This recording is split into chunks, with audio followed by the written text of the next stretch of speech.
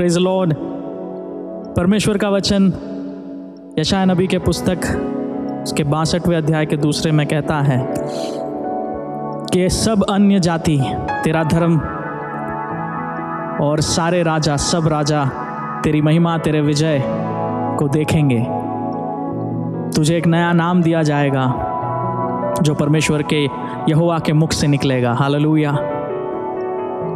Romeo की पुस्तक में परमेश्वर ने हम सबको जयवंत से बढ़कर बुलाया है।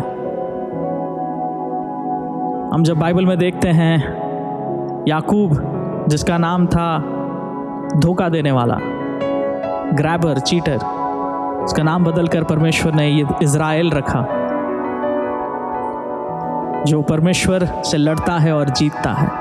The one who wrestles with God and wins। नए नियम में हम देखते हैं कि शाऊल पौलुस बना, परमेश्वर का योद्धा। इस महामारी में हम शायद कई ऐसी परिस्थितियों में से गुजरे हैं जहां निराशा, जहां भय, बीमारी, हमारे भविष्य को लेकर असमंजस, हमारे भविष्य को लेकर बहुत सारे सवाल उठे हैं, हमारे अस्तित्व को लेकर, हमारी वजूद को लेकर बहुत सारे सवाल हमारे मन में उठे होंगे। शैतान ने बहुत सारे झूठ शायद हम में से कई लोगों को कहा होगा कि तू शायद किसी योग्य नहीं, तू शायद एक फेलियर है, तू शायद पराजित है। संसार ने हमें कई नाम ऐसे दिए होंगे जो परमेश्वर से नहीं हैं, लेकिन परमेश्वर ने हम सबको एक नया नाम दिया है। उसने हमें विजयी ठहराया है, जयवंत से भी बढ़कर ठहराया है। आज सुबह के समय आइए उस महान परमेश्वर को धन्यवाद दें, स्तुति करें, उसकी महिमा गाएं, उस महान सर्वशक्तिमान परमेश्वर को जिसने सबसे बढ़कर उसका नाम हमें दिया है। अब हम यीशु के नाम से जाने जाते हैं, अब हम जयवंत से भी बढ़कर हैं। हमारा नया नाम है विजेता।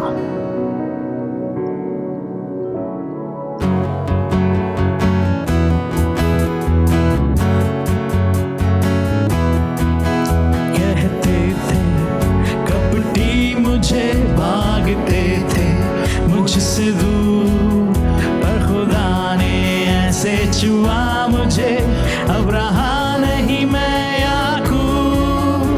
कहते थे कपटी मुझे भागते थे मुझसे दूर, पर खुदा ने ऐसे छुआ मुझे, अब रहा नहीं मैं याकूब। अब पराजय नहीं मेरा नाम, मैं बना करने अद्भुत काम। यीशु ने दिया मुझे नया नाम विजेता। अब पराजय नहीं मेरा नाम, मैं बना हूँ करने अद्भुत काम। यीशु ने दिया मुझे नया नाम विजेता। दुश्मन था मैं खुदा का, मूर्खता लगता था क्रूस, पर यीशु ने ऐसे छुआ मुझे, बन गया मैं पौलुस। दुश्मन था मैं खुदा का, मूर्खता लगता था क्रूस, पर यीशु ने ऐसे छुआ मुझे, बन गया मैं पौलुस। अब पराजय नहीं मेरा नाम, मैं बना हूँ करने अद्भुत काम। यीशु ने दिया मुझे नया नाम विजेता। अब पराजय नहीं मेरा नाम, मैं बना हूँ करने अद्भुत काम। यीशु ने दिया मुझे नया नाम विजेता।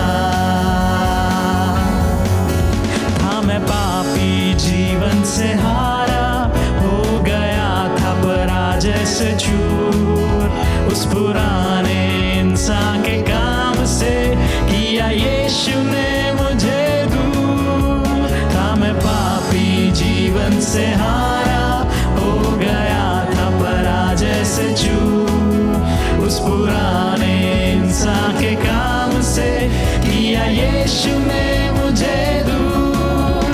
अब पराजय नहीं मेरा नाम, मैं बना हूँ करने अद्भुत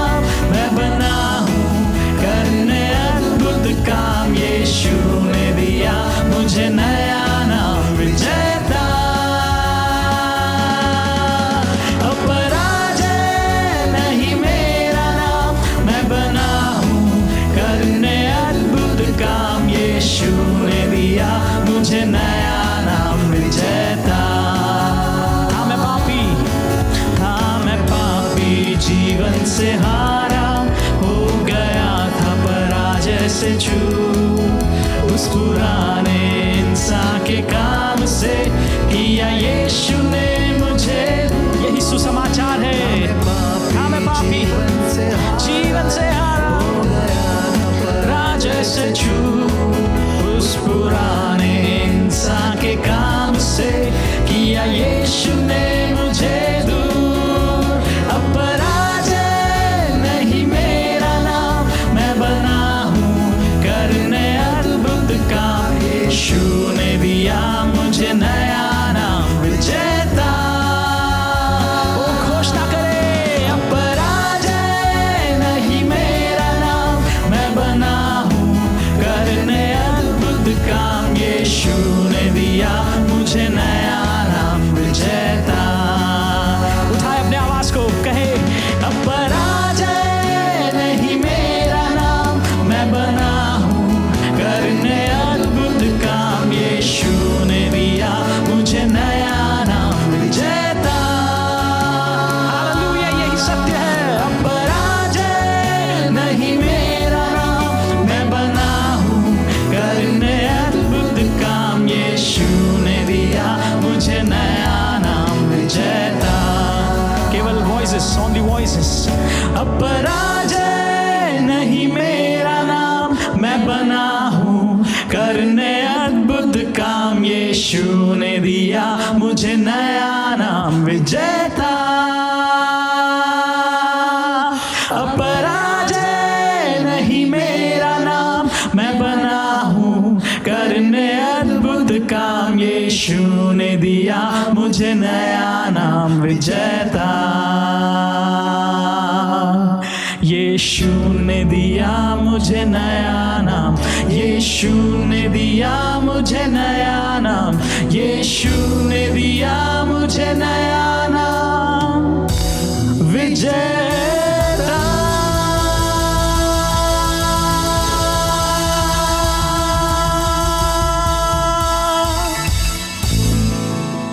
हालेलुया, हालेलुया। धन्यवाद परमेश्वर। उठाए अपने आवाज को, उठाए अपने हाथों को, उठाए अपने नजरों को स्वर्ग की ओर और धन्यवाद दे उस महान परमेश्वर को। धन्यवाद दे उस महान परमेश्वर को जिसने हमें एक नया नाम दिया है, जिसने अपना नाम हमें दे दिया है। Hallelujah, hallelujah, hallelujah. जब विवाह होता है तब लोगों का नाम बदलता है।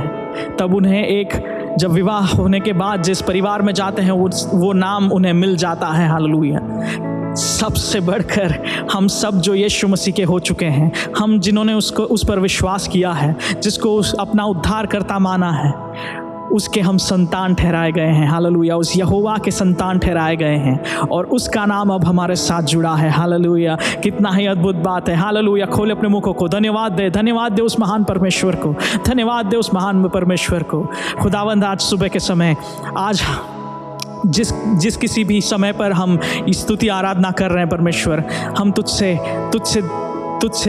तेरी स्तुति करना चाहते हैं, तेरा धन्यवाद देना चाहते हैं। तू ही वो परमेश्वर है जो शैतान जो भी चाहे अड़चन हमारे जीवन में लाए, लेकिन उन सब बातों के पहले तू ढाल बनकर खड़ा रहता है हमारे सामने। हालेलुया। तू ही हमारी ढाल है परमेश्वर, तू ही हमारी चट्टान है जिस पर हम खड़े होते हैं। तू हमें हर दिन नया दिखाता है। हालेलुया। तू हमें तेरे परमेश्वर स्वर्गदूतों की छावनी में तू हमें बनाए रखता है, तेरे लहू के बाड़े में तू छुपाए रखता है। हालेलुया। तूने कहा है कि तेरी योजनाएं हमारे लिए परमेश्वर भलाई की है, हानि की नहीं। हालेलुया। खुदा तेरी जितनी भी स्तुति और धन्यवाद करे वो कम है, केवल इसके लिए नहीं कि तूने ये सब हमारे लिए किया, पर इसलिए क्योंकि तू उसके योग्य है। हालेलुया। परमेश्वर योग्य है, यहोवा योग्य है, यीशु मसीह योग्य है सारी स्तुति और आराधना के। और खासकर इस समय झूमने के लिए, नाचने के लिए, उसके लिए। हालेलुया। अपनी आवाज़ को उठाकर उसकी स्तुति और उसके गुणगान गाने के लिए।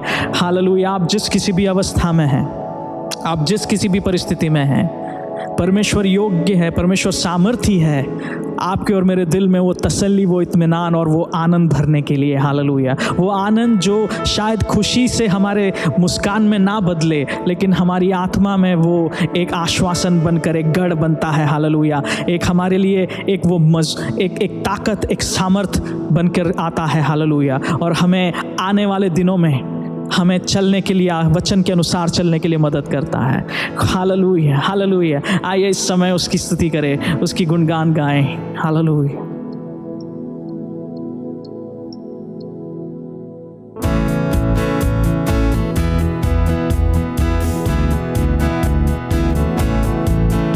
आओ मिलकर उसकी आराधना करें,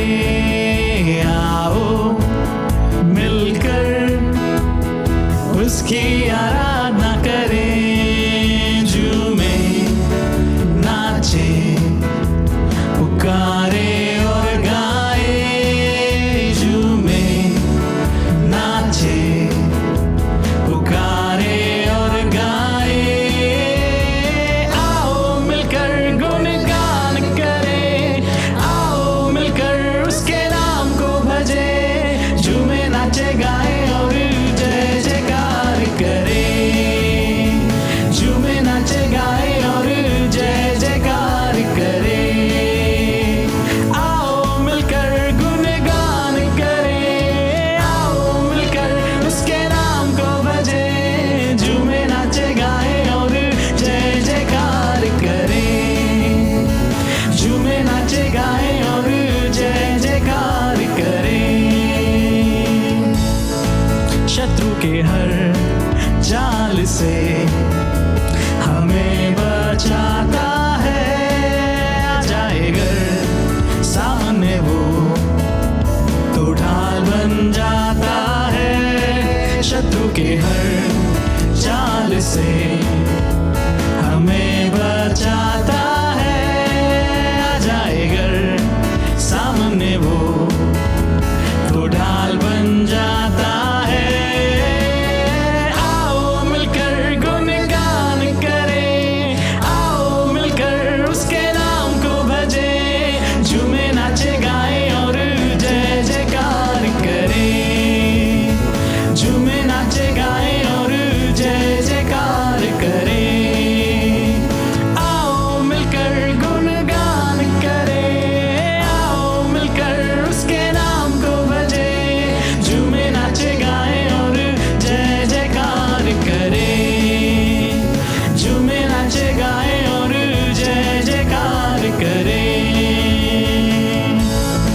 यीशु के नाम से शैतान भागता है, उठाकर अपने हाथों से हमें चलाता है।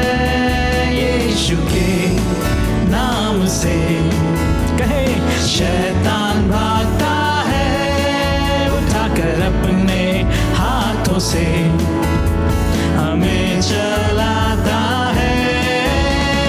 आओ मिलकर गुणगान करें, आओ मिलकर उसके नाम को भजे, झूमे नाचे गाएं और जय जयकार करें, झूमे नाचे गाएं और जय जयकार करें। आओ मिलकर गुणगान करें, आओ मिलकर उसके नाम को भजे, झूमे नाचे गाएं और जय जयकार करें, झूमे नाचे गाएं और जय जयकार करें।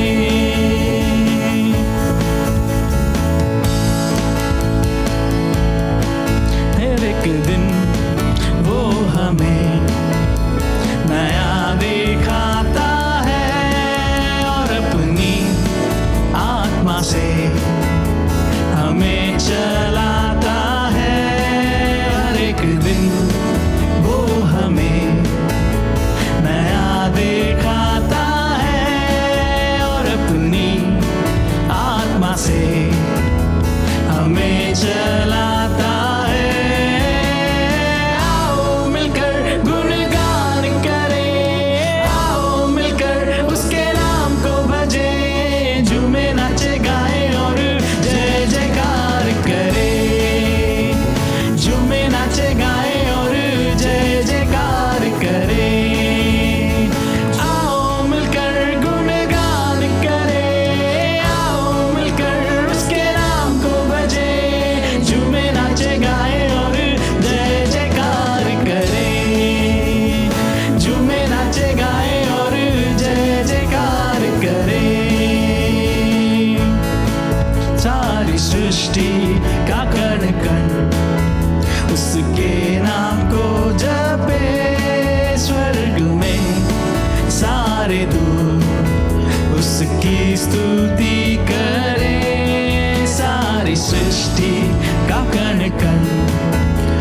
उसके नाम को जपे स्वर्ग में सारे दूत उसकी स्तुति करें।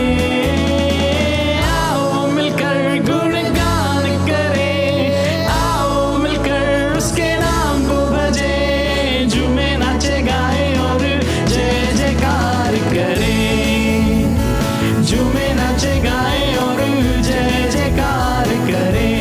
आओ आओ मिलकर गुणगान करें, आओ मिलकर उसके नाम को भजें, झूमे नाचे गाए और जय जयकार करें, झूमे नाचे गाए और जय जयकार करें, झूमे नाचे गाए और जय जयकार करें, झूमे नाचे गाए और जय जयकार करें।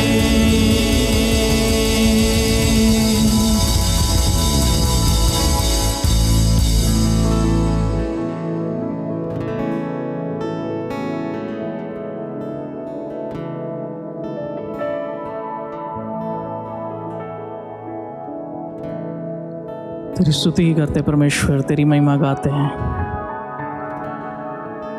और हमारे पास है ही क्या परमेश्वर तुझे देने के लिए, सिवाय कि अपने आप को पूरी तरह से तुझे समर्पित करें। सबसे बड़ी आराधना तो वही है परमेश्वर, जहाँ हम संपूर्ण रीति से तेरे हो जाते हैं। हमारी स्वेच्छा, हमारा फ्री विल जब तेरे चरणों में हम रखते हैं, तेरे वचन तेरी इच्छा के अनुसार जीते हैं। सबसे बड़ी आराधना, सबसे बड़ा अर्पण यही तो है जो हम तुझे दे सकते हैं। हालेलुया।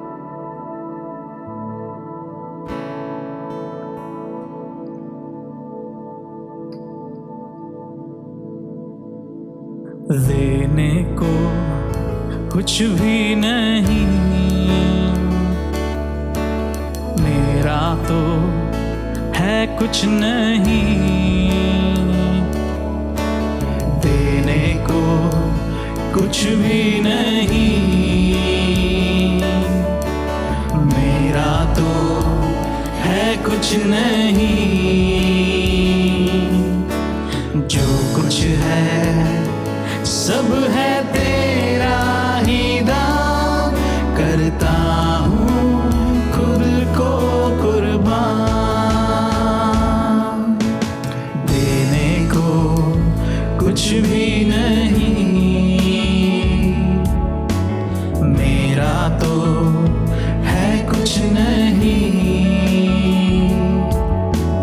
आया हूँ लेकर खाली हाथ, देता हूँ खुद को मैं आज, देने को कुछ भी नहीं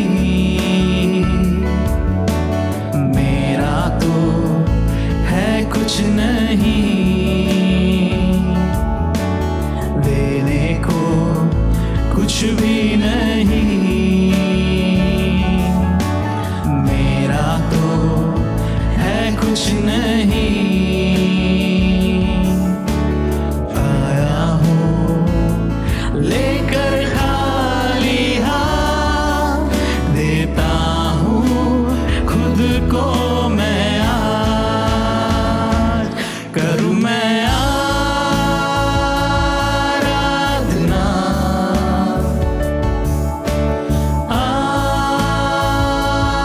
आराधना,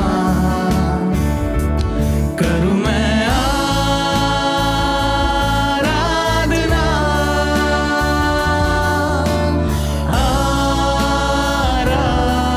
आराधना, करूँ मैं आराधना,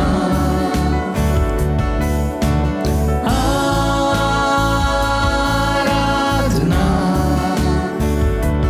करूँ मैं आराधना,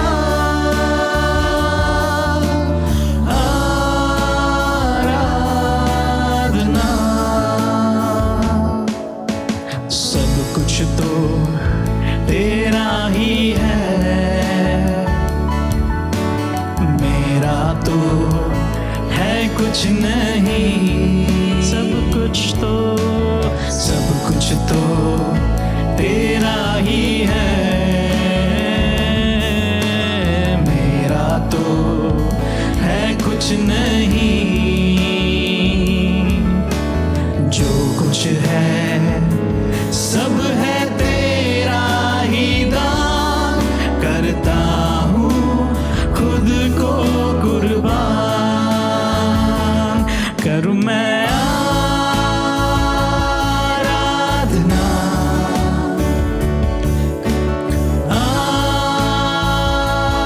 आराधना, करूँ मैं आराधना, आराधना। सांसें जो तूने दी है, धड़कने तूने दी है, सांसें जो तूने दी है, हाँ प्रभु, धड़कने तूने दी है। घुटनों पर मैं गिर कर कहूँ, तेरे बिन मैं ना जी सकूँ। करूँ मैं आराधना,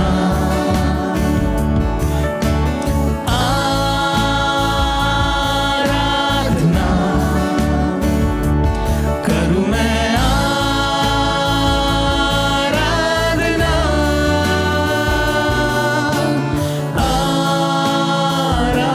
आराधना। सर मेरा झुकाता हुआ, खुद को मैं देता हुआ, सर मेरा झुकाता हुआ, आज खुद को मैं देता हुआ। आज मुख के बल मैं गिर कर आज कहता हूँ यही बार बार। करूँ मैं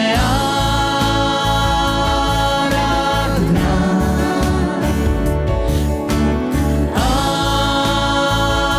आराधना, करूँ मैं आराधना,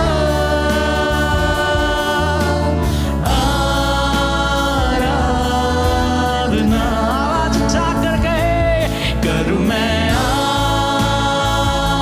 आराधना, अर्पण करे, आराधना, करूँ मैं आराधना,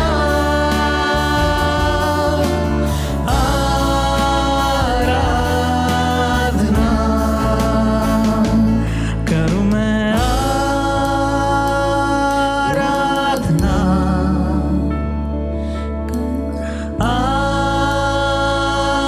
आराधना,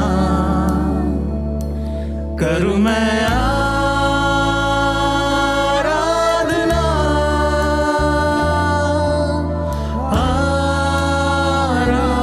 आराधना।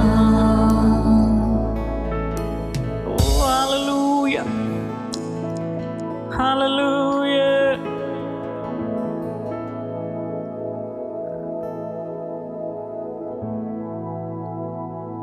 कैसे मैं तेरी महिमा गाऊं, शब्द भी कम पड़ जा। लिखने बैठूं तेरी बातें, कागज में ना समा। कैसे मैं तेरी महिमा गाऊं, शब्द भी कम पड़ जा। लिखने बैठूं तेरी बातें कागज में ना समा। आश्चर्य तेरे जग में इतने, कैसे मैं इनको बयान करूं। आश्चर्य तेरे जग में इतने, कैसे मैं इनको बयान करूं। तेरी प्रशंसा करूं, तेरी प्रशंसा करूं। धन्यवाद कहूं, धन्यवाद कहूं। किससे करूं मैं तेरी तुलना, कौन है तेरे समान। तूफान भी सुनकर तेरी माने, सागर भी हट जा। ऐसा खुदा है हमारा।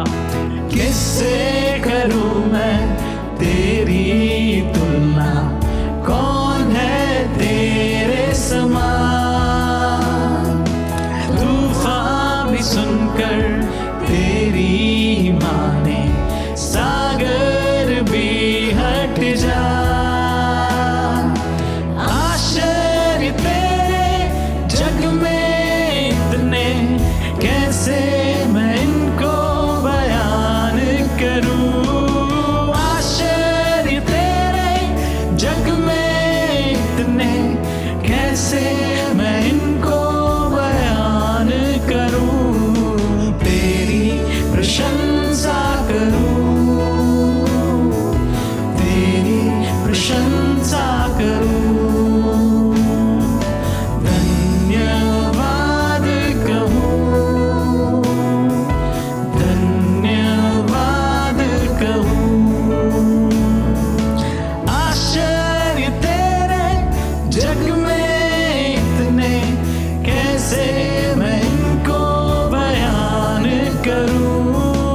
आश्चर्य तेरे जग में इतने, कैसे मैं इनको बयान करूं। तेरी प्रशंसा करूं, तेरी प्रशंसा करूं। धन्यवाद कहूं, धन्यवाद कहूं। मैं लायक नहीं अर्पण मेरे, कबूल कर ले। अनुग्रह से मुझको संपूर्ण कर दे। मैं लायक नहीं अर्पण मेरे, कबूल कर ले। अनुग्रह से मुझको संपूर्ण कर दे। यीशुआ, यीशुआ, यीशुआ, यीशुआ, यीशुआ,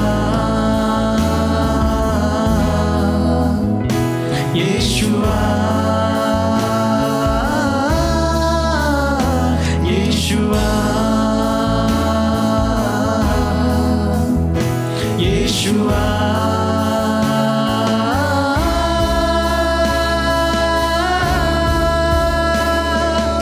आश्चर्य तेरे जग में इतने, कैसे मैं इनको बयान करूं।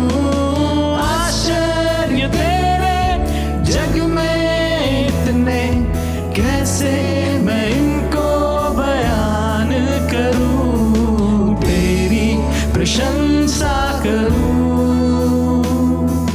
तेरी प्रशंसा करूं। धन्यवाद कहूं, धन्यवाद कहूं। तेरी प्रशंसा करूं, तेरी प्रशंसा करूं, धन्यवाद कहूं, धन्यवाद कहूं। ओ धन्यवाद देते तुझे, ओ धन्यवाद, तेरा धन्यवाद।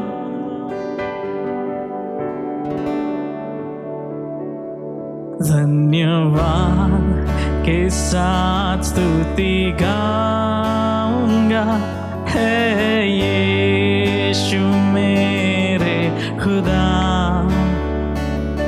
उपकार तेरे हैं बेशुमार, कोटि कोटि स्तुति धन्यवाद। धन्यवाद के साथ स्तुति गाऊंगा, है यीशु मेरे खुदा। उपकार तेरे हैं बेशुमार, कोटि कोटि स्तुति धन्यवाद। योग्यता से बढ़ के दिया है अपनी दया से तूने मुझे। योग्यता से बढ़ के दिया है अपनी दया से तूने मुझे। मांगने से ज्यादा मिला मुझे, आभारी हूँ प्रभु मैं। हाँ प्रभु, मांगने से ज्यादा मिला मुझे, आभारी हूँ प्रभु मैं। धन्यवाद के साथ स्तुति गाऊंगा, है यीशु मेरे खुदा। उपकार तेरे हैं बेशुमार, कोटि कोटि स्तुति धन्यवाद। तू है सच्चा जिंदा खुदा, है तुझ पर ही भरोसा मेरा। तू है सच्चा जिंदा खुदा, है तुझ पर ही भरोसा मेरा। सेवा पूरी करके पाऊं इनाम, प्रभु ऐसा दो वरदान। सेवा पूरी करके पाऊं इनाम, प्रभु ऐसा दो वरदान। धन्यवाद के साथ स्तुति गाऊंगा, है यीशु मेरे खुदा। उपकार तेरे हैं बेशुमार, कोटि कोटि स्तुति धन्यवाद। धन्यवाद के साथ उठाए आवाज को, धन्यवाद के साथ स्तुति गाऊंगा, है यीशु मेरे खुदा। उपकार तेरे हैं परमेश्वर, कितने बेशुमार, कोटि कोटि स्तुति धन्यवाद। गाए धन्यवाद के साथ स्तुति गाऊंगा, है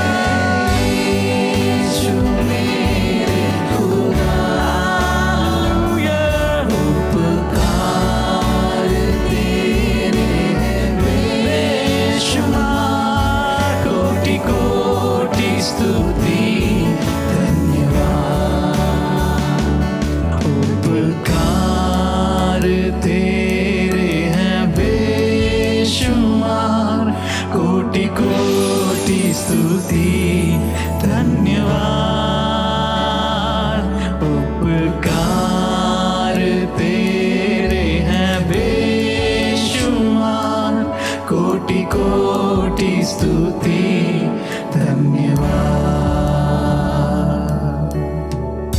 हालेलुया, हालेलुया। धन्यवाद परमेश्वर। आज परमेश्वर एक और बार धन्यवाद देते हैं। तो हमारी योग्यता नहीं देखता, पर तू तेरे वायदे के अनुसार जो भी तूने वादा किया है, जो भी तूने वचन हमें दिया है, उसे यीशु मसीह में हाँ और आमीन होने की वजह से तू पूरा करता है। धन्यवाद तेरी विश्वसनीयता के लिए। खुदा आज एक और बार अपने आप को तेरे हवाले करते हैं, समर्पण करते हैं। हमें भी तेरे समान विश्वसनीय बना, तेरी बातों को लेकर, तेरे साथ के रिश्तों में, इस पूरे जीवन के सफर में, हर समय हर पल हम भी हमारी विश्वसनीयता को तेरी ओर दर्शा सके, जता सके। परमेश्वर भर दे एक और बार तेरी आत्मा से। हालेलुया। कब्जा कर यीशु मसीह के नाम में, आमीन।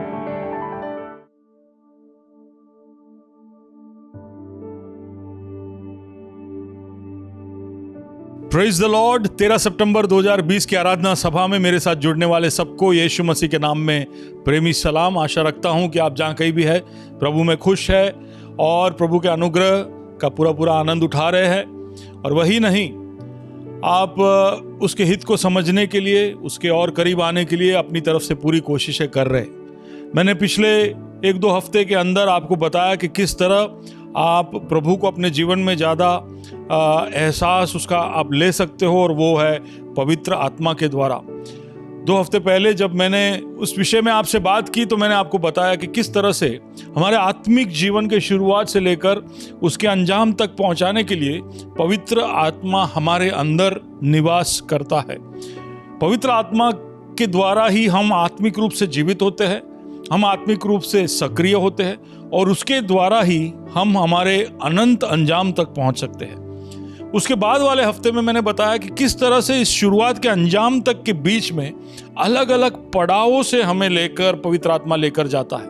यानी हमारे इस यात्रा के बारे में मैंने पिछले हफ्ते आपको बताया, और उसमें किस तरह से अलग अलग अनुभवों से होकर हम गुजरेंगे कर मैंने बताया। और मैंने पवित्र आत्मा के उस पड़ावों के अंदर या उस यात्रा के अंदर की उसके अलग अलग भूमिकाओं के विषय में बात करते करते आपके सामने मैंने एक एक्रोनिम भी दिया, RIGHT, remind, instruct, guide, help और ट्रांसफॉर्म। यानी कि स्मरण, शिक्षा, सलाह, सहाय और सुधार। ये 5 शब्दों के विषय में मैंने आपको याद दिलाया। और ये ऐसा नहीं है कि इन 5 बातों में पवित्र आत्मा का योगदान हमारे जीवन में सीमित हो जाता है। इसके अलावा भी बहुत सारे काम वो करता है, लेकिन मैंने 5 बातें इसलिए रखी कि कम से कम इन 5 बातों को जल्दी से याद रखते हुए हम उसकी मदद लेने में कोई भी तरह की हमारे जीवन में ढील ना दिखाए। तो पवित्र आत्मा के विषय में 2 बातें पिछले 2 हफ्तों में मैं आपसे कह चुका हूँ। एक तो कि वो कैसे स्टार्ट से फिनिश तक हमारी मदद करता है, और पिछले हफ्ते उस यात्रा के दरमियान के अलग अलग पड़ावों के विषय में मैंने आपको बताया। आज पवित्र आत्मा के साथ के हमारे इस रिश्ते के एक अलग दृष्टिकोण से मैं आपके सामने आना चाहता हूं। मैं आपको बताना चाहता हूं किस तरह से हम पवित्र आत्मा जो हमारी मदद करना चाहता है, हमारा सहायता करना चाहता है, उसके उस क्रिया को, उस काम को, उस भूमिका को हम कैसे आसान करें। तो पवित्र आत्मा के साथ के हमारे रिश्ते को कैसा और मजबूत बनाए, उसकी ओर मैं आपका ध्यान लेकर जाना चाहता हूं। एक और बार हम देखते हैं उन बातों को जिसके लिए यीशु मसीह ने पवित्र आत्मा को हमारे बीच में भेजा है। तो 5 बातें तो हम सीख चुके हैं, स्मरण, शिक्षा, सलाह, सहाय और सुधार। लेकिन इसके अलावा भी वो एक गवाह बनकर हमारे बीच में आया है। पाप, न्याय और धार्मिकता के विषय में निरुत्तर करने के लिए हमारे बीच में आया है। हमें चेतावनी देने के लिए आया है, हमें सचेत करने के लिए आया है, और हमारे सामने होने वाले घटनाओं के बारे में भी हमको बताने के लिए आया है। अब ये सारे बातें हम यूहन्ना रचित सुसमाचार उसके 14, 15, 16 और इसके अलावा भी हम जब अलग अलग पत्र पढ़ेंगे, प्रेरितों के कृत्य पढ़ेंगे, तो उसमें भी हम पवित्र आत्मा के अलग अलग योगदानों को और भूमिकाओं को देख पाएंगे। अगर आप गौर करोगे तो आप देखोगे कि उसकी भूमिका या उसकी पहचान या उसके लिए ठहराए गए काम में बहुत जरूरी हो जाता है कि वो हमसे बातचीत करे, स्पीकिंग।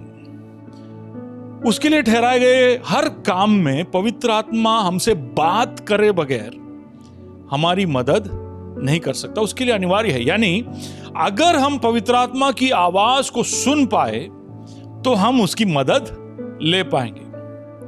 लेकिन हम भूले नहीं कि जैसे ही पवित्र आत्मा की आवाज को हम सुनने लगते हैं तो हर रिश्ते के जैसे इस बातचीत की वजह से परमेश्वर के साथ के हमारे रिश्ते में भी एक गहराई आना शुरू हो जाएगी। तो दो फायदे हैं अगर आप पवित्र आत्मा की आवाज को सुन रहे हैं तो एक तो यह कि आप उसकी मदद ले पाओगे, और दूसरा कि आप परमेश्वर के साथ के रिश्ते में और गहराई में उतर पाओगे।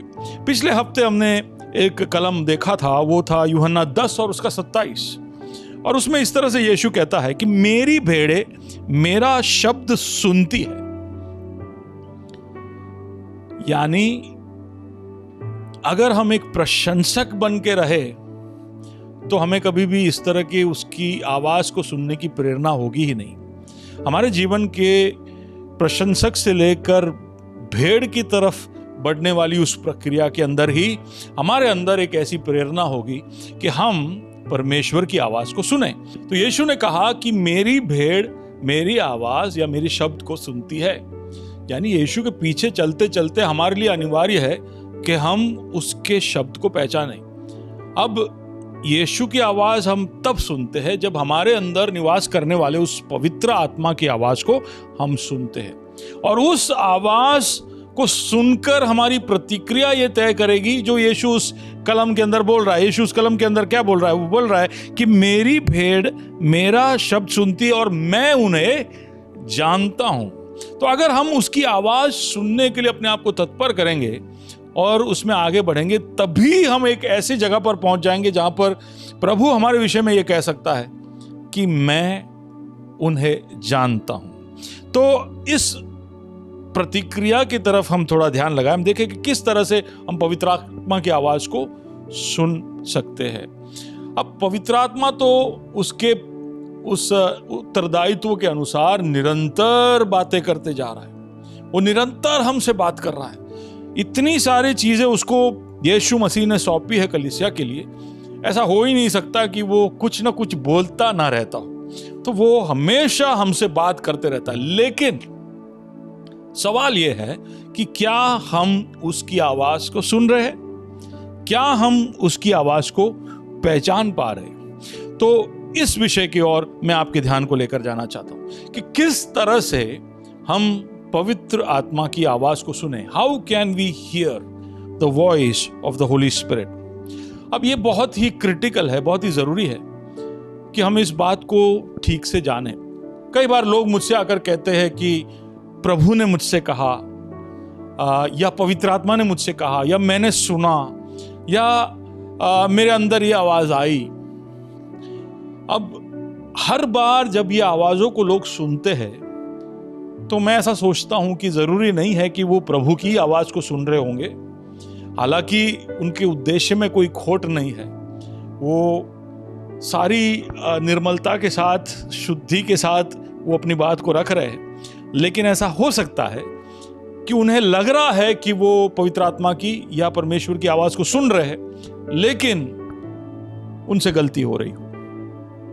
और ऐसे कहने के पीछे का मेरा कारण यह है कि हमारे मनों में हम बहुत सारी आवाजें सुन सकेंगे। अब अगर हम गौर करेंगे तो एक तो हमारे मनों के अंदर ही इतना आवाज है, हमारे खुद का आवाज, यानी कि यादों का आवाज, हमारी चिंताओं का आवाज, हमारे नए नए आइडियाओं का आवाज, हमारी जिम्मेदारियों का आवाज, हमने जो कमिटमेंट्स लोगों को दिए उसकी वजह से आवाज, हमारी अपेक्षाओं की वजह से आवाज, हमारे जिज्ञासाओं की वजह से आवाज, हमारे क्रिएटिविटी की वजह से आवाज।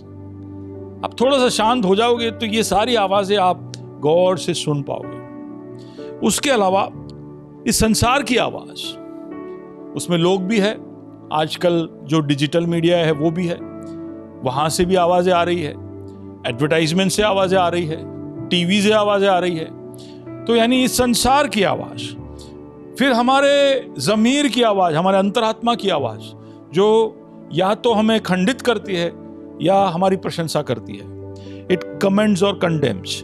फिर शैतान की आवाज़ जो हमारे ऊपर आरोप लगाता है, जो हमें दोषी ठहराता है, जो हमें शर्मिंदगी महसूस करने के लिए मजबूर करता है, जो हमारी परीक्षा लेता है या हमारे सामने लालसाए या लालच या प्रलोभन लेकर आता है, और परमेश्वर की आवाज। अब इतने सारे आवाजों के बीच में परमेश्वर की आवाज भी क्या आपको सुनाई दे रही है? नहीं, ये जांचना बहुत जरूरी है। बाकी सारी आवाजें तो पक्का हम सब सुन रहे हैं, लेकिन परमेश्वर की आवाज भी इसके अंदर सुनाई दे रही है कि नहीं, वो पक्का करना जरूरी है। क्योंकि आप कलीसिया में आते हो, क्योंकि आप बाइबल पढ़ते हो, क्योंकि आप सारे प्रचार सुनते हो, उससे जरूरी नहीं है कि आप परमेश्वर की आवाज को आपके अंदर सुन पा रहे हो। हम एक भेड़ बनने की प्रक्रिया की ओर बढ़ रहे हैं।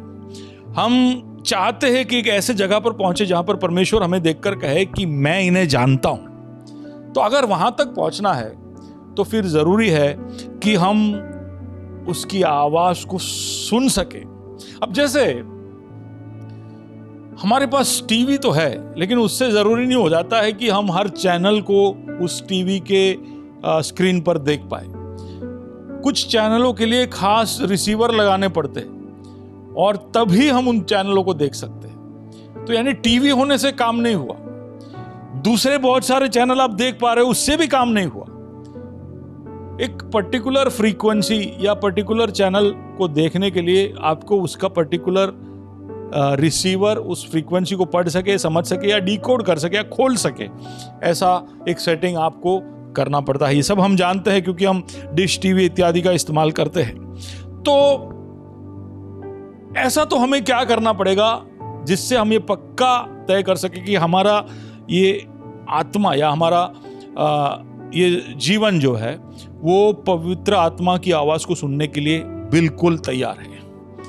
ऐसे कैसे हम पक्का कर सकते हैं? जब हम रोमी 12 और उसके 2 में जाते हैं, बहुत ही सुपरिचित सा वाक्य है, उसमें हम देख सकते हैं कि वहां पर पौल हमको याद दिलाता है कि इस संसार के सदृश्य न बनो, परंतु तुम्हारी बुद्धि के नए हो जाने के लिए तुम्हारा चाल चलन भी बदलता जाए, जिससे तुम परमेश्वर की भली और भावती और सिद्ध इच्छा अनुभव से मालूम करते रहो। पौल क्या कह रहा है?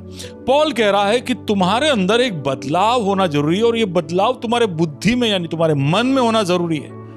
और जब ये बदलाव तुम्हारे अंदर होगा तभी तुम परमेश्वर का हित क्या है, और वहां पर वो खास कहता है परमेश्वर की भली, भावती और सिद्ध इच्छा, यानी परमेश्वर की आवाज को सुनना निरंतर। हर बात में प्रभु हमको बताना चाहता है कि उसकी सिद्ध इच्छा क्या है, उसकी भली और भावती इच्छा क्या है। प्रभु हमेशा अपने हित को हमारे सामने रखता है और उसको हर क्षण परखते हुए अगर हमें आगे बढ़ना है, उस हित को समझना है, तो पौल कहता है जरूरी है कि हमारे बुद्धि को हम नया करें, हमारा मन नया हो जाए। अब बात तो समझ गए हम, लेकिन ये मन नया होगा कैसे? एक और कलम हम उठाकर देखते हैं। वहां पर कोरिन्थियों का पत्र, पहला कोरिन्थी, दूसरा कोरिन्थी, उसका 3 अध्याय और उसके 18वें कलम में लिखा है। वहां पर वो कहता है कि परंतु जब हम सब के उघाड़े चेहरे से प्रभु का प्रताप इस प्रकार प्रकट होता है जिस प्रकार दर्पण में, तो प्रभु के द्वारा जो आत्मा है हम उसी तेजस्वी रूप में अंश अंश करके बदलते जाते हैं। इस बुद्धि के बदलाव की प्रक्रिया के बारे में पौलुस वहां बताता है। इस वचन को सुनकर आप घबरा मत जाइए, मैं बताता हूं क्या वहां पर लिखा है। वहां लिखा है कि हम अंश अंश करते प्रभु यीशु जैसा है वैसा बदलते जाते हैं। तो एक बात पक्का है कि यहां पर यह शरीर के बारे में नहीं लिख रहा है, क्योंकि तेजस्वी होने के विषय में लिखा है। तेजस्वी रूप में हम अंश अंश बदल रहे, यानी शरीर तो तेजस्वी होगा नहीं, तो फिर हमारे अंदर कुछ तेजस्वी होता जा रहा है। तो हमारा मन तेजस्वी होता होता बदलता जाता है। और ये कौन करता है? वहां लिखा है प्रभु के द्वारा जो आत्मा है, यानी पवित्र आत्मा हमारे मन को, बुद्धि को नया करने के लिए कार्य कर रहा है। लेकिन यहां पर जो उदाहरण का इस्तेमाल किया है वो ध्यान देने जैसा है। वहां पर वो कहता है कि हमारे उघाड़े चेहरे से। अब ये जो पद का इस्तेमाल किया गया है वो यहूदी सब समझ गए कि ऐसा क्यों कहा गया है, क्योंकि उघाड़े चेहरे से मतलब उनको याद करा रहे मूसा जब पर्वत पर परमेश्वर को उसकी महिमा में देखा तब उसके साथ जो हुआ उसके विषय में लिखा है। वहां पर जब मूसा ने परमेश्वर को देखा, उसकी महिमा को देखा, तो उसका चेहरा जो है वो तेजस्वी हो गया। तो वो उस तेजस्वी चेहरे को ढंक कर इज़राइल के सामने अपने आप को प्रकट करता है। पर हमारे विषय में लिखा है कि हम भी कुछ ऐसे अनुभव से जा रहे हैं, लेकिन अब हम हमारे चेहरों को छुपा नहीं रहे।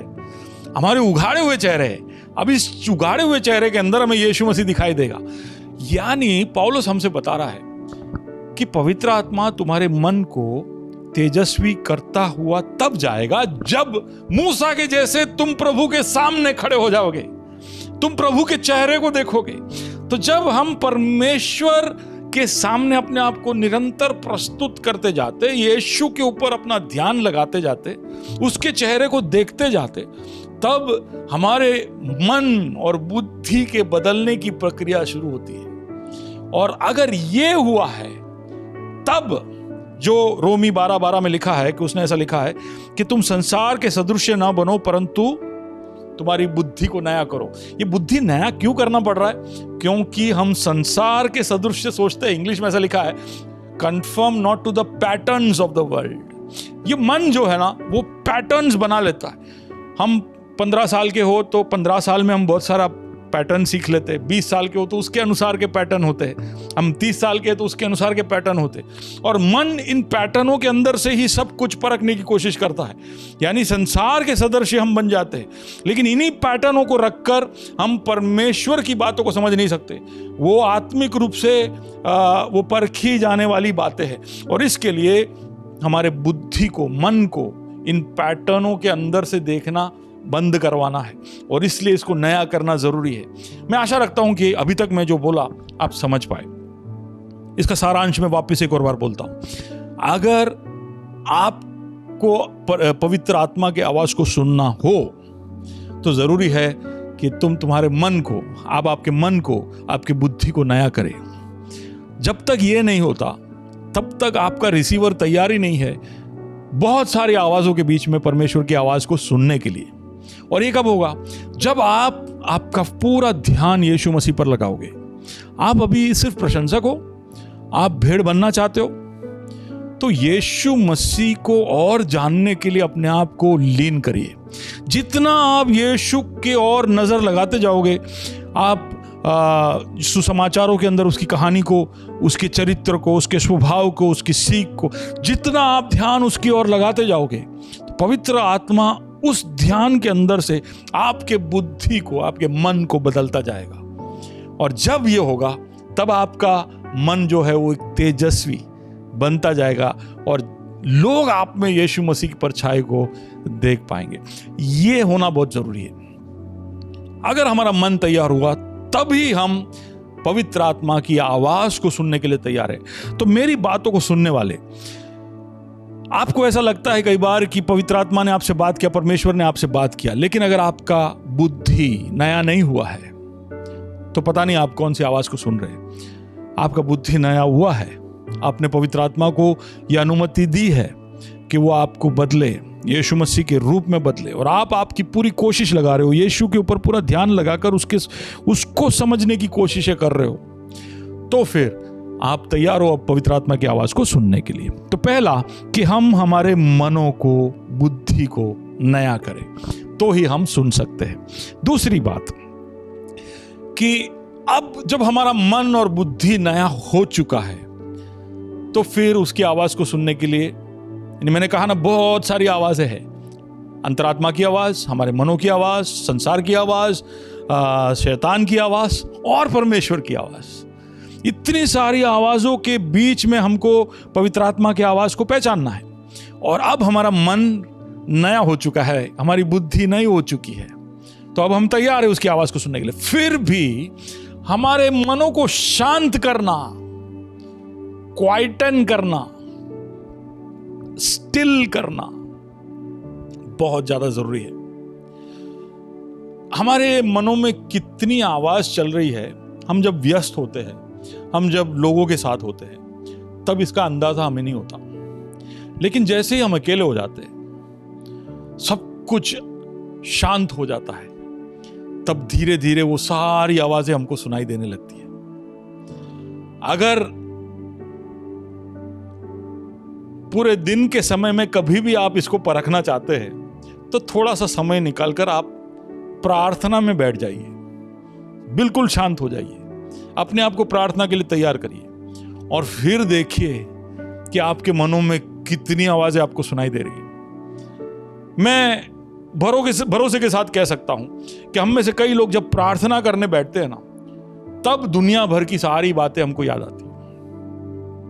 हमको ऐसा लगता है कि प्रार्थना करने बैठता हूं तो मैं डिस्ट्रैक्ट हो जाता हूं, मैं प्रार्थना में बैठ ही नहीं पा रहा हूं। लेकिन प्रार्थना में डिस्ट्रैक्शन आपके अंदर की आवाजें लेकर आ रही है। प्रार्थना आपके अंदर की आवाजों को उजागर करता है, उसको हमारे सामने उसका प्रकाशन करता है और कहता है कि देखो तुम्हारे मनों में कितना आवाज है। और कई बार हम इन अलग अलग आवाजों की ध्वनि को सुनते सुनते उसमें बह जाते हैं और फिर प्रार्थना नहीं कर पाते। कई बार हम जब बाइबल पर मनन करने बैठते हैं, तब ये आवाजें सब बोलना शुरू कर लेती है। तो यानी इन आवाजों को शांत करना होगा। क्यों? क्योंकि हमको पवित्र आत्मा का आवाज सुनना है। तो इतनी सारी आवाजें अगर हमारे मनों में आती रहेगी, तभी भी पवित्र आत्मा की आवाज को आप परख नहीं पाओगे। तो मनों को शांत करना है। अब ध्यान रखिएगा, मैं ऐसा नहीं बोल रहा हूं मनों को खाली करना है। कई लोग मेडिटेशन यानी मन को पूरी तरह से एम्प्टी कर दो, सारे सोच निकाल दो, इस तरह से उसको समझते। हमें हमारे मनों को खाली नहीं करना है, हमें हमारे मन में होने वाले सारे आवाजों को शांत करना है, ताकि हम परमेश्वर की आवाज को परख पाए और पहचान पाए। जंगल में जब कोई जंगली जानवर कोई दूसरे जानवर को पकड़ता है, तो कई बार आपने देखा होगा डिस्कवरी या नेशनल ज्योग्राफिक पे कि किस तरह से जंगली जानवर को पकड़कर वो अपने दांतों के बीच में शेर हो या तेंदुआ हो, इस तरह से झक्कड़ कर उसको रखता है, जब तक कि वो अपने जान के लिए हिलता रहे। जब तक उसके अंदर हाथ पैर में चलन है, तब तक वो जानवर उसको छोड़ता नहीं। एक पकड़ जो पकड़ा, वहीं पे वो बैठा रहता है हिले बगैर, और वो तभी छोड़ता है जब वो जानवर हिलना बंद करे। अब ये उदाहरण मैंने क्यों दिया? हमको भी शायद कुछ ऐसा ही हमारे मनों में आने वाले आवाजों के साथ करना है। जैसे वो जंगली जानवर दांत पीस कर पकड़ कर रखता है दूसरे जानवर को, जो उसका भोजन है, और जब तक वो शांत ना हो जाए तब तक उसको पकड़ के रखता है, ठीक उसी तरह हमको भी अपने आप को अनुशासित करना है कि बाकी सारी आवाजों को धीरे धीरे कर जरूरत से ज्यादा आवाज ना करे, उस हद तक उनको शांत करे, और तब हम तैयार हो जाएंगे पवित्र आत्मा की आवाज को सुनने के लिए। और जब हम शांत हो जाते हैं तो हम अब तैयार हो गए हैं पवित्र आत्मा की आवाज को सुनने के लिए। तो दो चीजें मैंने बताई, पवित्र आत्मा की आवाज को सुनना है, बुद्धि को नया करना पड़ेगा, और जो बहुत सारी आवाजें हैं उनको शांत करना पड़ेगा। और जैसे हम शांत हो जाएंगे तो हमारा मन अब तैयार हो जाएगा एक प्रार्थना के लिए या एक मनन के लिए। आप पवित्र आत्मा की आवाज को सुनना चाहते हैं तो हम शांत होकर, अब ऐसा नहीं है कि शांत होकर हम बस शांत बैठे रहे और कुछ बोल ही नहीं रहे, कुछ नहीं। हम शांत हो जाते हैं तो स्वाभाविक रूप से हम प्रार्थना की तरफ बढ़ते हैं, हम प्रभु के वचन के मनन की तरफ बढ़ते हैं। अब जैसे ही आप प्रार्थना की तरफ बढ़ोगे, अब प्रार्थना में भी हम ऐसा सोचते हैं कि बोल बोल करते रहना है, लेकिन हमें बोलना थोड़ी है। हम अभी क्या सीख रहे कि पवित्र आत्मा की आवाज को सुने। तो आप प्रार्थना में बोलना शुरू करें, उसमें कोई गलती नहीं है, लेकिन सुनना चाहते हैं ना, इसलिए थोड़ा बोलने के बाद शांत हो जाइए। एक बात आप समझ लीजिए कि प्रार्थना करने की जो प्रक्रिया है उससे पवित्र आत्मा बहुत ही उत्तेजित हो जाता है, क्योंकि प्रार्थना में हम पिता परमेश्वर से बात करते हैं और पवित्र आत्मा को यह बहुत पसंद है। दूसरा, उसके ऊपर सौंपा गया एक उत्तरदायित्व है कि मध्यस्थता करने में वो हमारी मदद करे। तो जब जब कोई व्यक्ति प्रार्थना में बैठता है तो पवित्र आत्मा बहुत ही एक्साइट हो जाता है, उस प्रार्थना में इन्वॉल्व हो जाता है। लेकिन हम उसकी आवाज को अगर सुनना चाहते हैं तो हम बोलना बंद करें। यानी प्रार्थना के बीच में थोड़ा समय ऐसा हो अगर हमारा जिसमें हम बिल्कुल शांत है, तो उसमें कोई गलती नहीं है। पर ये जब हम 10-15 लोग प्रार्थना कर रहे तब ये एक्सपेरिमेंट नहीं करना है कि उसके बीच में आप अचानक चुप हो गए, फिर हम लोग सोचते रहेंगे कि क्या हो गया। तो आपके प्राइवेट पर्सनल प्रेयर की हम बात कर रहे हैं। तो आप जब प्रार्थना करने बैठे हैं तो उसके बीच में थोड़ा सा शांत समय आप दोगे, तो तब आप, मैं बताता हूं क्या करता है पवित्र आत्मा। अचानक से शायद आपको एक गाना देगा, या आपको कोई एक वचन याद दिलाएगा, या कोई व्यक्ति का चेहरा आपके सामने दिखाएगा, या कोई परिस्थिति का आपको याद दिलाएगा, या पिछले हफ्ते किसी ने आपसे कुछ जो बात कही हो उसकी तरफ आपका ध्यान ले जाएगा, या आपको एक प्रोत्साहन का शब्द देगा, या आपको कोई विषय जिसको लेकर आप बिल्कुल बेताब हो उसका उत्तर देगा, या आपको कोई एक वादा याद कराएगा। ऐसे मैं और भी बोलते जा सकता हूं, लेकिन पवित्र आत्मा बोलते रहता है, वो अपना बोलना बंद नहीं करता है, लेकिन हम सुनते नहीं हैं। सुनेंगे कैसे, वो हम सीख रहे हैं। तो मनों को नया कर कर जब हम शांत हो जाते हैं, शांत होकर प्रार्थना के उस प्रक्रिया में प्रवेश करते हैं, तो पवित्र आत्मा वहां पर आकर हमसे बात करना शुरू करता है। प्रार्थना के अंदर एक फाइन ट्यूनिंग होता है जिसके द्वारा हम उसकी आवाज को बहुत अच्छी तरह से पहचान सकते हैं। ठीक प्रार्थना की तरह बाइबल के मनन के अंदर भी, डिवोशन के अंदर भी हम पवित्र आत्मा की आवाज को सुन सकते हैं।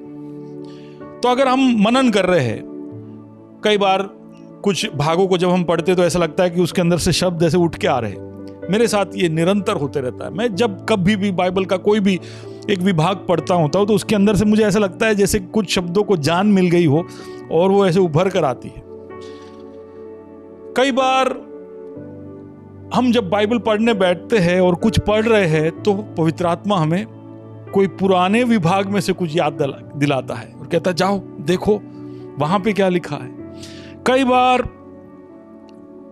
मनन के बीच में हमें पाप का बोध दिलाता है या हमारे अंदर एक उत्तेजन देता है, एक इंस्पिरेशन हमें देता है।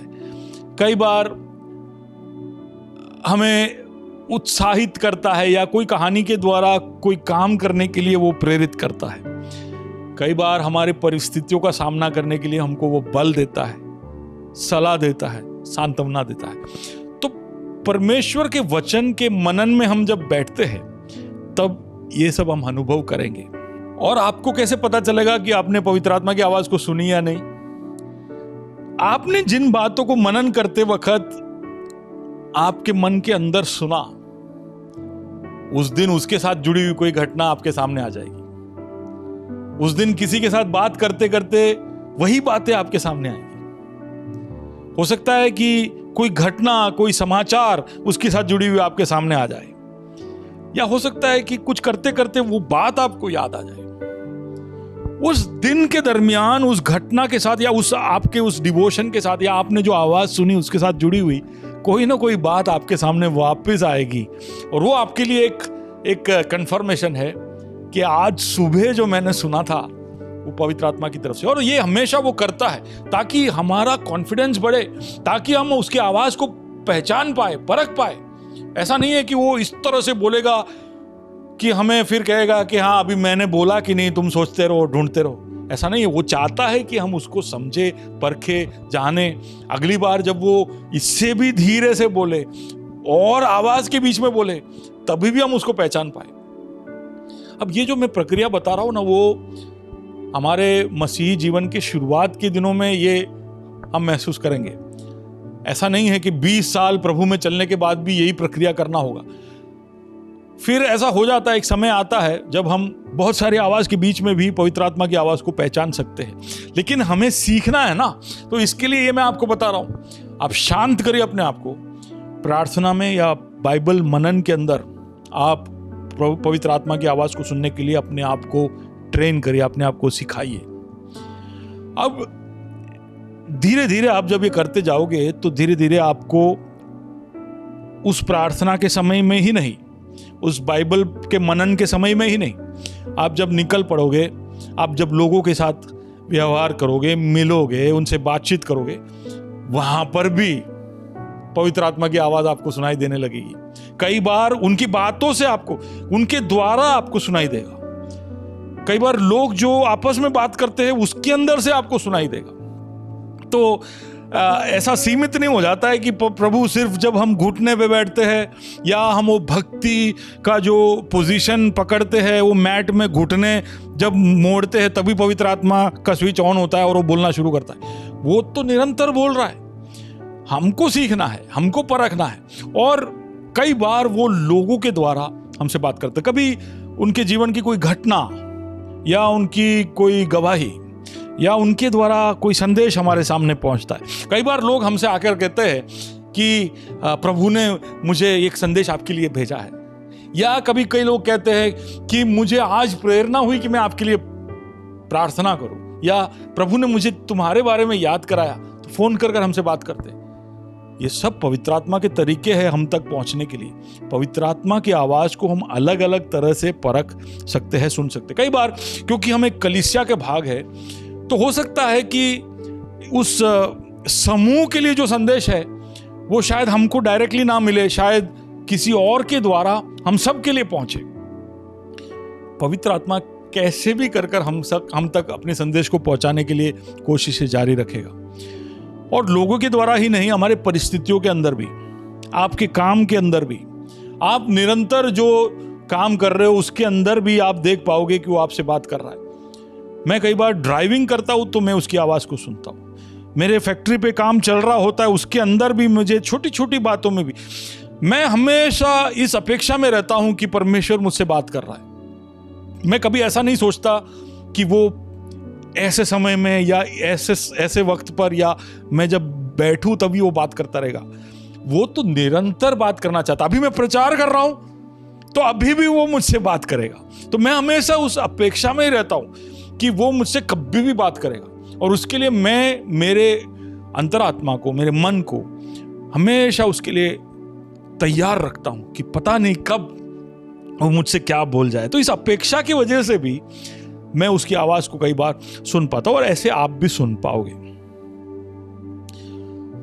अब पवित्र आत्मा की आवाज को सुनने के बाद भी कई बार हमारे मन में सवाल उठता है कि मैंने सही सुना या नहीं, ये मेरी आवाज थी या नहीं। शक होता है, संदेह होता है, और उसमें कोई बुराई नहीं है। दूसरी बार अगर सुने हुए संदेश के बारे में अगर आपके मन में सवाल उठे तो आपको ऐसा नहीं सोचना चाहिए कि मेरे मन में अविश्वास है। अविश्वास है तो फिर आप करोगे ही नहीं। पर सवाल उठ रहा है तो आप पक्का करना चाह रहे हो कि पवित्र आत्मा तू ही तो था, तू ही बोल रहा था ना, तेरी इच्छा में ही ये मैं कदम आगे बढ़ा रहा हूं ना। तो जब आप ऐसी इच्छा रखकर, प्रभु से सुनने की चाह रखकर, प्रभु के हित के बीचों बीच रहने की उस इच्छा में जब आप आगे बढ़ोगे तो प्रभु क्यों हमको नहीं बताएगा। और एक बात मैं आपसे कहना चाहता हूं कि लहरों ने उसकी आवाज को पहचाना। लहरें कौन सी भाषा जानती है? हवाओं ने उसकी आवाज को पहचाना। हवाएं कौन सी भाषा बोलती है? मछली ने उसकी आवाज को पहचाना। रोटी ने उसकी आवाज को पहचाना। बहरों ने उसकी आवाज को पहचाना। अब बहरे तो सुन भी नहीं सकते, तो उसकी आवाज को कैसे सुने? सुनते हो जा बोले तो क्या, कहां से सुने होंगे वो? अच्छा वो छोड़िए, मुर्दे, लाजर, तो लाजर बाहर आया, कैसे सुना? तो एक बात आप समझिए, जब सृष्टिकर्ता बोलता है तो सृष्टि को समझ में आ जाता है कि वो बोला। तो ठीक उसी तरह पवित्र आत्मा जब हमारे अंदर बात करेगा, तो अगर हमारा कण कण नया हो चुका है, हम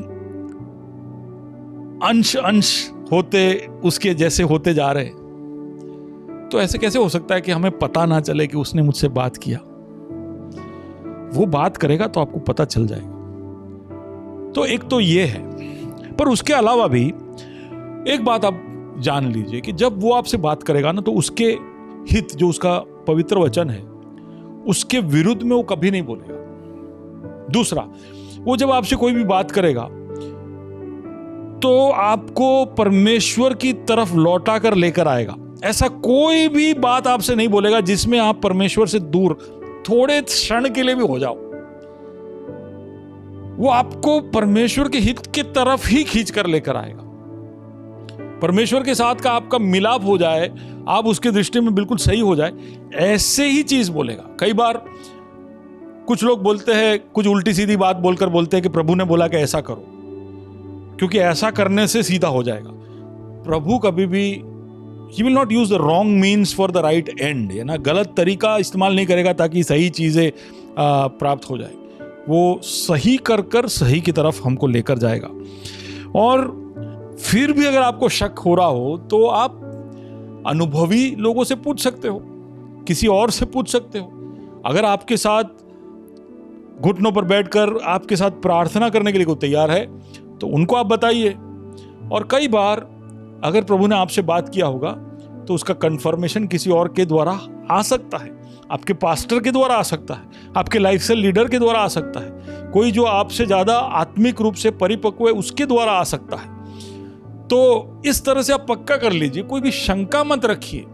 और शुरुआत में हो सकता है कि आपका शक सही निकला, कि आपने आपकी आवाज नहीं सुनी, पवित्र आत्मा की आवाज नहीं सुनी थी, वो आपके मन के अंदर की आवाज थी। तो इसलिए आपको हताश या निराश होने की जरूरत नहीं है।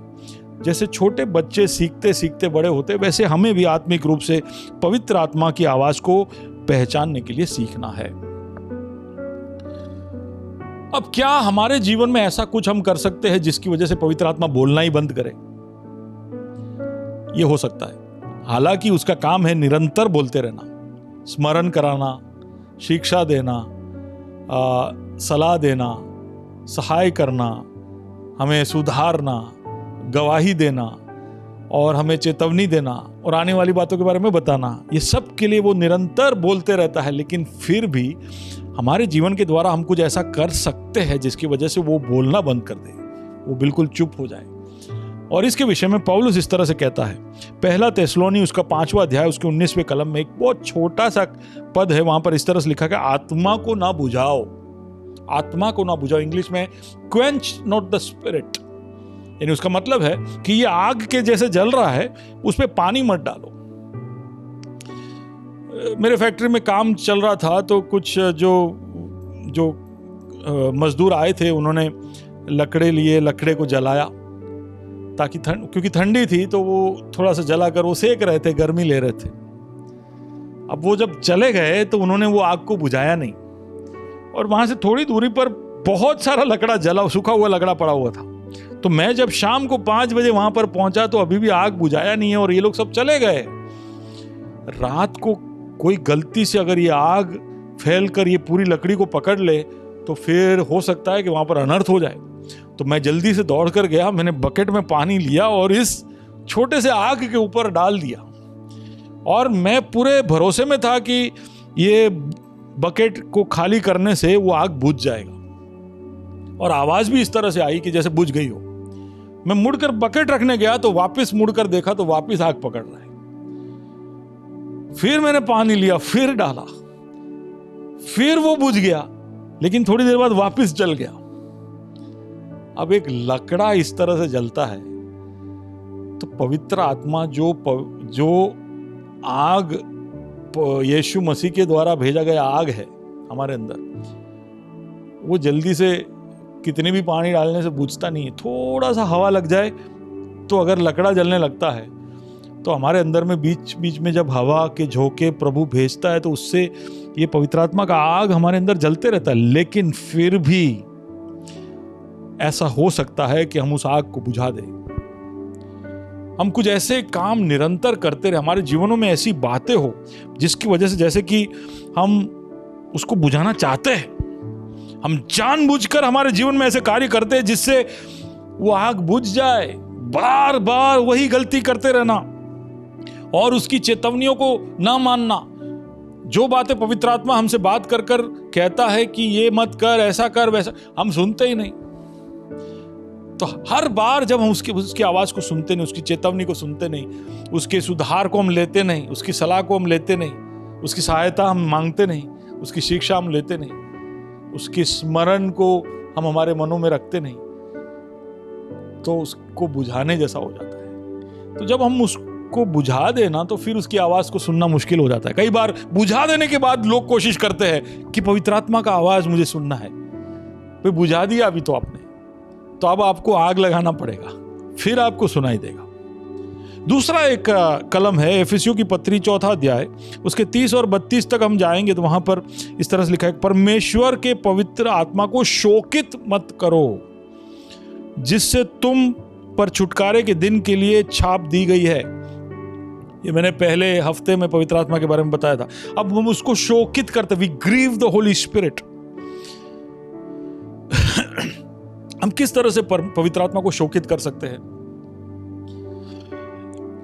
कोई भी तरह का सर्विस जब हम लेते हैं, कोई गवर्नमेंट का, कोई भी एयरलाइन का या कोई भी सर्विस, तो उस सर्विस प्रोवाइडर की तरफ से एक सहूलियत हमको यह भी दी जाती है कि if you have grievances please contact this number. उसके लिए नोडल ऑफिसर रखा जाता है, ग्रीवेंसेस सेल होता है, ऑफिसर होता है। अगर आपको कोई सुविधा दी गई हो और उस सुविधा में असुविधा हो, तब ग्रीवेंस होता है। पवित्र आत्मा हम में बसने आया, अब वो बस रहा है, तब हम उसके अंदर सुविधा बनाने की जगह उसके लिए असुविधा जब हम रखते हैं ना, तब ग्रीवेंस होता है, तब पवित्र आत्मा ग्रीव होता है। कैसे ग्रीव? आपने आपके घर में किसी मेहमान को बुला लिया, आपने उसको कमरा भी दे दिया और बाहर से स्विच बंद कर दिया, ना वो लाइट चालू कर पा रहा है, ना पंखा चालू कर पा रहा है, ना एसी चालू कर पा रहा है। आपने पानी भी बंद कर दिया, ना उसको साबुन दे रहे, उसको टाइम पे खाना भी नहीं दे रहे। कहने के लिए वो आपका मेहमान है, आपके घर में है, लेकिन अब वो ग्रीव्ड है, वो शोकित है। अब ये ऐसा हम कोई करते नहीं है, लेकिन पवित्र आत्मा के साथ हम कई बार ऐसा करते हैं। हम कहते हैं कि वो हमारे अंदर बसता है, लेकिन उसका पानी का कनेक्शन, करंट का कनेक्शन, उसके लिए टाइम पे नाश्ता पानी सब बंद, और फिर बोलता है वो बोलता ही नहीं। कैसे बोलेगा? कुछ खिलाओ उसको, सुविधाएं प्रदान करो, तो फिर वो शोकित नहीं होगा। आप समझे मेरी बात को? पवित्र आत्मा की आवाज को सुनना चाहते हैं तो एक, आप उसको बुझाओगे नहीं, दूसरा आप उसको शोकित नहीं करोगे, तो निरंतर आपसे बात करता रहेगा। मेरे संदेश के अंत में मैं पहुंचा हूं। अब ये सारी आवाजों के बारे में मैंने आपको बताया। पवित्र आत्मा जब हमसे बात कर रहा है तो उसकी उस आवाज के ऊपर आवाज लगाने के लिए शैतान नहीं पहुंचता है, संसार नहीं पहुंचता है। अगर हमारे अंदर ऐसी कोई भी बात है जो पवित्र आत्मा की आवाज के ऊपर आवाज लगाए, कई बार हमारे बच्चे जब बात रख रहे होते तो कई बार तीसरी वाली जब आकर कुछ बोलती होती है तो चौथी वाली उससे भी ऊपर आवाज रखकर मेरे से बात करती है, ताकि मैं उसकी आवाज को ना सुन। खासकर जब वो बताने वाली होगी कि भाई इसने आज ये ऐसा वैसा किया है, तो वो और जोर से बोलती है ताकि मुझे सुनाई ना दे। आप समझ पा रहे हो क्या हो रहा है? कई बार पवित्र आत्मा जब हमसे बात करने आता है तो उससे भी ऊंची आवाज में हमारे अंदर से आवाज शैतान नहीं लेके आता,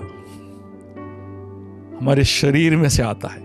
हम जब रोमी पढ़ते हैं, गलाती पढ़ते, गलाती 5 और उसका 17, उसमें इस तरह से लिखा है, क्योंकि शरीर आत्मा के विरोध में लालसा करती है। हमारा शरीर आत्मा के विरोध में लालसा करती है, और ये एक दूसरे के विरोधी है, इसलिए कि जो तुम करना चाहते हो वह न करने पाओ। इसलिए जरूरी है सबसे पहले कि बुद्धि को नया करना। वो सब करे बगैर आप शॉर्टकट से इधर आने की कोशिश करोगे तो आप सुन ही नहीं पाओगे। आपका शरीर ही इतना आवाज करेगा कि पवित्र आत्मा की आवाज को आप सुन नहीं पाओगे। और ये निरंतर याद रखना, आप जब उसके आवाज को परखने लग भी गए ना, तब भी संसार शांत हो जाएगा, एक बार शैतान भी शांत हो जाएगा, लेकिन शरीर बोल बोल करेगा, और उसको शांत करना जरूरी है। और निरंतर हमारे साथ युद्ध करता है, वो निरंतर युद्ध करता है। और कैसे पता चलता है कि आप किसकी आवाज सुन रहे हो? आप जब गलाती 5, 17 से 18 फिर 19 पे जाओगे, 19 पे ऐसा लिखा है, शरीर के काम तो प्रकट है, और फिर 22 में इस तरह से लिखा है, पर आत्मा का फल। दो बातें मैं आपके सामने रखकर ये संदेश को समाप्त करता हूं। आने वाले समय में हम पवित्र आत्मा के विषय में और जब सीखेंगे तो इसकी गहराइयों में और जाएंगे। शरीर के काम, अगर आप शरीर की आवाज सुन रहे होंगे ना, तो आपके काम दिखा देंगे। और शरीर की आवाज काम के लिए प्रेरित करती, कृत्यों के लिए प्रेरित करती है, वो काम करवाती है। लेकिन आत्मा का फल, जब आत्मा की आवाज आप सुनोगे ना, तो वो काम से बढ़कर आपके स्वभाव के अंदर, आपके चरित्र के अंदर, आपके अंदरूनी भागों में बदलाव लेकर आता है।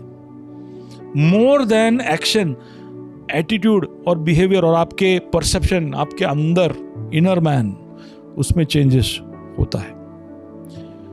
तो इस तरह से आप आवाजों को परखिए, उसको पहचानिए, पवित्र आत्मा की आवाज को सुनने के लिए अपने आप को तत्पर करिए। क्योंकि अगर एक आवाज है जो हमको निरंतर सुनते रहना है, ताकि हम प्रशंसक से भेड़ से सेवक और सेवक से हम आदमी पकड़ने वाले बन पाए। हमारे शुरुआत से इस यात्रा को जो शुरू किया है, जो पवित्र आत्मा ने मदद की है कि हम शुरू करें, उसको अंजाम तक पहुंचाने के लिए निरंतर हमको पवित्र आत्मा की आवाज को सुनते रहना होगा, और वो हमसे जो कहना चाहता है वो सबको ग्रहण करना होगा। तो इसलिए अपने आप को लीन करिए, शांत करिए। बुद्धि नया नहीं हुआ है तो उसके लिए अपने आप को समर्पित करिए। पवित्र आत्मा को बुझाया है तो उसको आग देने के लिए हवा लगाइए। आप पवित्र आत्मा को शोकित मत करिए। प्रभु आपकी मदद करे। पवित्र आत्मा के साथ बात करते करते आप आपके इस आत्मिक जीवन में बढ़ते जाइए, बल पाते जाइए। प्रभु आपको आशीष जाए, हम प्रार्थना करते हैं। प्रभु जी, हम धन्यवाद देना चाहते हैं आज के इस संदेश के लिए। इसके सामने हम अपने आप को झुकाते हैं। प्रभु जी, तू हमसे निरंतर बात करता है, उसके लिए धन्यवाद। तूने इतनी सारी सहूलियतें हमारे लिए रखी है ताकि हम हमारे रास्तों से भटक ना जाए। सबसे बड़ा सुविधा या सबसे बड़ा सौभाग्य हमारा ये है कि तू हमारे अंदर वास करने के लिए पवित्र आत्मा को भेजा। लेकिन कई बार हम उसकी आग को बुझाते हैं, कई बार हम उसको शोकित करते हैं, कई बार जब वो हमसे बात करता है तो उसकी आवाज़ के ऊपर हमारी शरीर को हम आवाज़ देने का मौका देते हैं। कई बार बहुत सारी आवाज़ों के बीच में उसकी आवाज़ को हम नज़रअंदाज करते हैं। तो आज हमने सीखा कि किस तरह से इन आवाज़ों को हम शांत कर सकते हैं। लेकिन शुरुआत तब होगी जब हमारे बुद्धि नए हो जाएंगे, जब हम तुझ पर हमारे ध्यानों को केंद्रित करते हुए, जैसे मूसा ने तेरे महिमा को देखकर अपने आप को तेजस्वी होता देखा, ठीक उसी तरह हम भी तुझ पर हमारा ध्यान, हमारा मनन करते हुए तेजस्वी होते जाए। हमारा प्रभु जी शरीर नहीं, पर हमारा अंदर का जो इंसान है वो बदलता जाए, वो तेजस्वी होता जाए, वो तेरे जैसा होता जाए। और जब हम तेरे जैसे हो जाएंगे तो हम जरूर पवित्र आत्मा की आवाज़ को सुनने के लिए तैयार हो जाएंगे। नए नियम के अंदर तेरे विषय में बहुत सारी बातें लिखी है कि उसने प्रभु को जो करते देखा वो उसने किया, या प्रभु ने जैसे दिखाया है वैसे उसने किया। ये सब और बहुत सारी बातें तेरे विषय में लिखी है, लेकिन कहीं भी ऐसा नहीं लिखा कि तूने पवित्र आत्मा से सुनी हो, क्योंकि तू निरंतर उससे सुनता था। तो वो बताने की जरूरत नहीं थी। हमारे जीवन में भी कुछ ऐसा ही हो खुदा कि हम निरंतर उसकी आवाज़ों को सुने, केवल प्रार्थना करें तब नहीं, केवल वचन के मनन में बैठे तब नहीं, पर हमारे दिनचर्या के अंदर लोगों के साथ के संवाद के बीच में निरंतर हम तेरी आवाज़ को सुन पाए, परख पाए। तू निरंतर बोलता है ताकि हम यीशु मसीह जैसे बन पाए। मदद करना। मेरे इस संदेश को सुनने वाले सबको तेरे हाथों में सौंपता हूँ। इन सब के जीवनों में अलग अलग विषय है जिसके लिए हमारी प्रेयर टीम निरंतर प्रार्थनाएं कर रही है। ऐसी कोई बात है जो हमको पता नहीं हो तो उसमें भी तू हस्तक्षेप करना खुदावन। हमारे इस भारत के परिस्थिति में एक बदलाव लेकर आना, उसके प्रभु जी राजनीतिक परिस्थिति में, आर्थिक परिस्थिति में, और प्रभु जी अभी जिस तरह से धार्मिक परिस्थिति में भी जो बदलाव आ रहे हैं उस सब के ऊपर प्रभु जी तेरा ध्यान हम खींचना चाहते हैं। सबको बदलना, खासकर इस कोरोना की सिचुएशन में एक इस परिस्थिति में एक बदलाव आए। हम जल्द से जल्द इस ग्रेस सेंट्रल पर एकत्रित होकर तेरी आराधना कर पाए, उसके लिए तू रास्ते खोलना। प्रार्थना सुना इसके लिए धन्यवाद। महिमा पाया है तू, ऐसा हम विश्वास करते हैं। यीशु मसीह के नाम से इस दुआ को मांगते हैं, आमीन। पिता परमेश्वर का प्रेम, यीशु मसीह का अनुग्रह, पवित्र आत्मा की संगति और सहभागिता हम सबके साथ हमेशा हमेशा होती रहे, आमीन। God bless you.